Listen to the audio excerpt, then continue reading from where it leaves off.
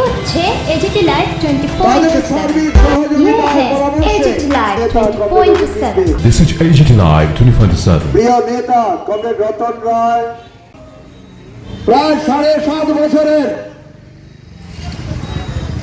BJP জোট অপশাসন থেকে আমরা অন্তত এটা বুঝতে পেরেছি, এই শিক্ষাটা নিতে পেরেছি, মানুষের সাথে আলাপচারিতায়, মানুষের অংশগ্রহণে, মানুষের চোখের জলে, মানুষের রক্ত ঝেঁকায় ঝরা ওই মাটির গন্ধ শুকে শুকে আমরা বুঝতে পেরেছি এখন একা থাকার সময় না, ঘরে বসে থাকার সময় না, ঘর থেকে বেরিয়ে আসার সময়, লড়াই করবার সময়। তা না হলে আমার আগামী প্রজন্ম রক্ষা পাবে না। আগামী প্রজন্মের কাছে বিজেপি জোট সরকার, কেন্দ্রের বিজেপি নেতৃত্বাধীন এনডিএ সরকার সন্ত্রাস, হিংসা, নারী নির্যাতন, ধর্ষণ, অপহরণ, লুট এবং সর্বোপরি মন্ত্রীর স্বীকারোক্তি থেকে বলতে বাধা নেই, নাম বলতে বাধা নেই, কেন বাধা থাকবে? খোদ মন্ত্রী, ত্রিপুরা রাজ্যের মৎস্য দপ্তরের মন্ত্রী অন্যান্য দপ্তরে যান, তিলক জুড়ি আছে, তিনি ইলেকট্রনিক্স মিডিয়ার সামনে, নিউজ পোর্টাল, রাষ্ট্রীয় সমাচারের সামনে স্বীকার করছেন তাদের সরকারের মন্ত্রীদের, তাদের দলের বিধায়কদের সোর্স কি? আরামায়েশের জন্য, বাড়ি গাড়ির জন্য, সুখে থাকার জন্য, দিল্লি হিল্লি করার জন্য, দেশ বিদেশে ঘোরার জন্য তাদের সোর্স কি? তাদের সোর্স হচ্ছে সোর্স মানি। এই সোর্স মানি কে জোগায়? ঠিকাদাররা। ঠিকাদারের কাছে কার টাকা যায়? জনগণের টাকা, আপনার টাকা, মানুষের টাকা, করের টাকা। সেই করের টাকা উন্নয়নের কাজে ব্যবহৃত না হয়ে সেই টাকা যায় মন্ত্রীর সোর্স মানি হিসেবে কমিশন বাণিজ্যে লিপ্ত হয়ে পড়েছে জোট অপশাসনের মন্ত্রীরা, শাসক দলের বিধায়করা। সেই জন্য সারা রাজ্য এখন দুর্নীতিতে ছেয়ে গেছে, লুটপাটের রাজত্ব, আইনের শাসন। মন্ত্রী বলছেন, মুখ্যমন্ত্রী বলছেন সুশাসন চলছে, স্বীকার করেন। আমাদের আলোচনা যারা শুনছেন, আপনি বলতে পারেন সুশাসন চলছে, এটা কি সুশাসনের চেহারা? এই যে আমরা যেখানে সভা করছি, বান্ধব মিষ্টান্ন ভান্ডার ঐতিহ্যশালী একটি মিষ্টির প্রতিষ্ঠান কেন বন্ধ? কেন তার তালা খোলা হচ্ছে না? কে তালা মারল? প্রশাসন জানে না?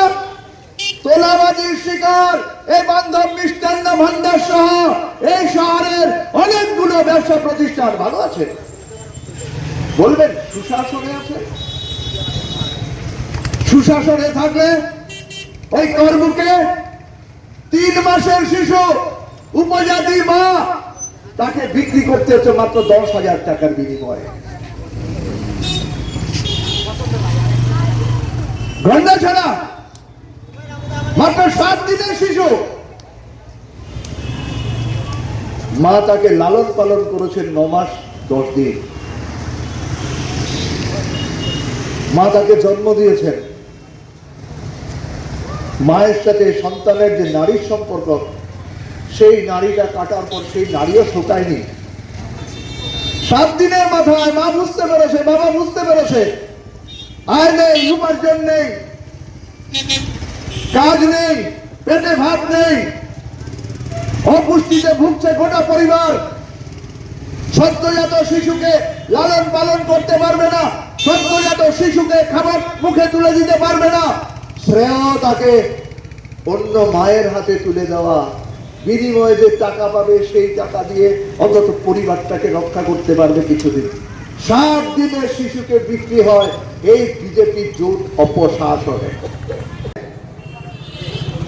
আমরা যে সভার আয়োজন করেছি, এই সভানেত্রী কমরেড দীপ্তি চলছে এই ধর্মনগরে গত প্রায় 1 বছর ধরে ভাগ বাটোয়ারের জন্য, লুটের ভাণ্ড নিজের দখলে রাখার জন্য প্রতিদিন সংঘাত হচ্ছে। এই সংঘাতে বিপর্যস্ত শান্তিকামী মানুষ, এই সংঘাতে বিপন্ন ব্যবসায়ীরা, এই সংঘাতে বিপন্ন পরিবহন শ্রমিকরা, পরিবহনের মালিকরা। তার পরিণতি কি দেখলাম? শাসক দলীয় অফিস, বিএমএস অফিস, প্রশাসন থেকে গিয়ে জেলা প্রশাসকের নির্দেশে তালা মারা হলো। কোন অফিস? সরকার পরিবর্তনের পর 2018 সালের 3রা মার্চ ত্রিপুরা মোটর শ্রমিক ইউনিয়ন তৎকালীন ধর্মনগর নগর পঞ্চায়েত থেকে লিজ পেয়েছিলেন 99 বছরের জন্য।